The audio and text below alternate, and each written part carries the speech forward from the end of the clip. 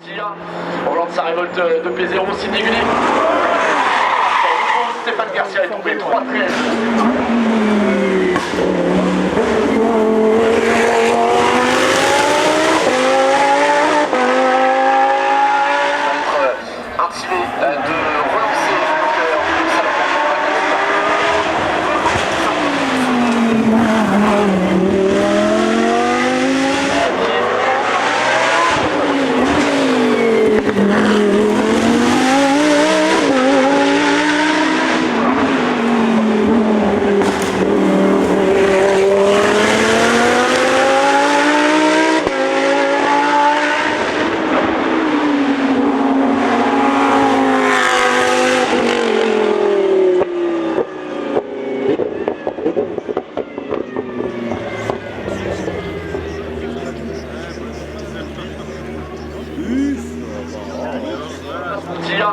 Au volant de sa révolte de P0, Sidney Gulli. Stéphane Garcia est tombé 3-13-0-40 et on précise que Sidney Gulli, Fabien Bourgeon, Maxime Coqueleur et Kevin Petit vont s'élancer pour leur deuxième montée d'essai et ensuite partiront pour leur troisième montée d'essai, mais malheureusement interruption de course à l'instant. Anthony Dubois qui vient d'en terminer en 3-0-5-0-0-2, il n'a pas amélioré. On va savoir bien sûr dans quelques instants de qui il peut s'agir, de quoi il peut s'agir surtout pour cette nouvelle interruption de course. Je rappelle qu'il reste en piste Christophe Francineau, Francis Dozière et Ronald Garcès. On reste dans le titre, on va essayer d'avoir plus d'infos.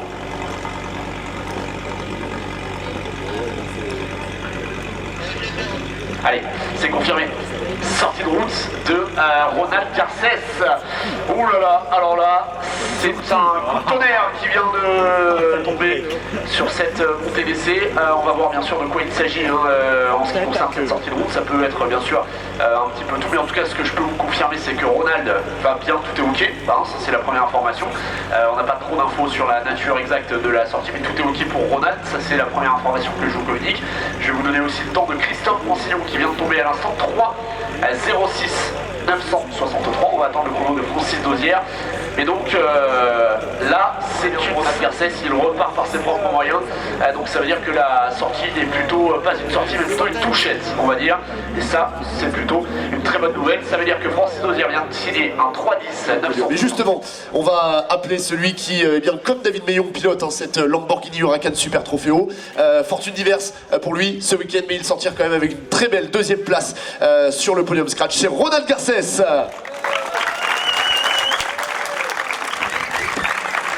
Bonsoir Ronald, félicitations pour ce nouveau podium, bien que l'on le sait, vous aviez le potentiel pour aller chercher un petit peu plus loin. Il s'est passé différentes choses qui n'ont pas joué en votre faveur, ça c'est une certitude, mais c'est quand même une deuxième place, et malgré tout, même si Yannick Poncillon reste mathématiquement le leader du championnat avec le jeu des décomptes, c'est quand même une bonne opération, sait-on jamais, et tout va se jouer donc à Limonest-Montvernon. Oui, voilà, c'est ça. La course aujourd'hui, ça a été compliqué. Forcément, la pénalité de ce matin, ça va faciliter pour aller chercher la victoire. C'était beaucoup plus compliqué. Mais j'avoue que j'avais vraiment des doutes sur la troisième montée. Et là, ça aurait quand même tout mis à plat, quoi. Et finalement, voilà, je me sors bien. Second, je suis très content. Et voilà, c'est très bien. Ouais, c'est ça. Plus de peur entre guillemets que de mal, en tout cas, au niveau comptable. Mais en tout cas, Ronald Garcès, vous allez monter à nouveau sur cette deuxième marche du podium. Je vous laisse monter et on va accueillir en tout cas le trophée justement de Ronald, le Magnum et le bouquet. Ronald Garcès, deuxième ce soir de cette catégorie production. Et enfin, je vais vous demander d'accueillir comme il se doit celui qui s'impose ce soir pour son retour sur une manche du championnat de France de la montagne première division. Il était déjà venu du côté de Villafranche-Chevannes, il était déjà monté sur le podium. Il est parti pour une excursion européenne au cœur de l'été. Et son retour en cette rentrée s'avère gagnant. Nicolas Werner.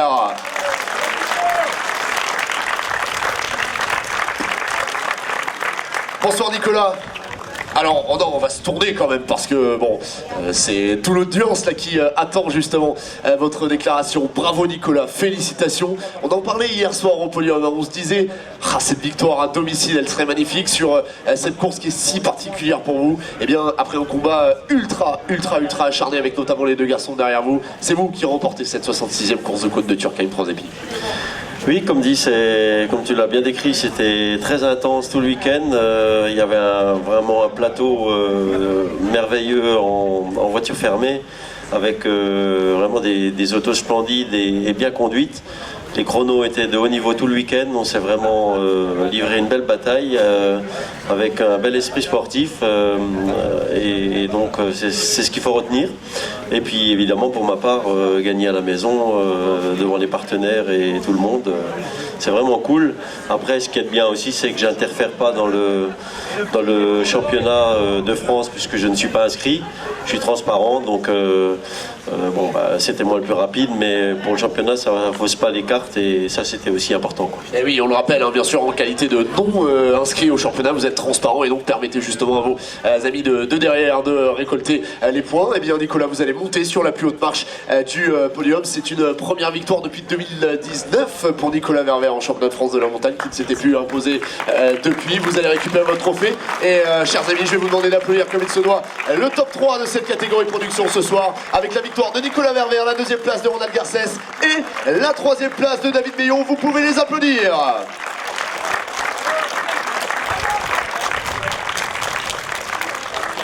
Félicitations messieurs, et donc rendez-vous dans 2 semaines du côté d'Yvon Montverdun et pour le finish de ce championnat de France de la montagne production avec la bagarre pour le titre qui sera intense comme jamais, hein, ou comme très rarement en tout cas. Ça va être extraordinaire. Merci beaucoup à tous les trois et donc à très bientôt.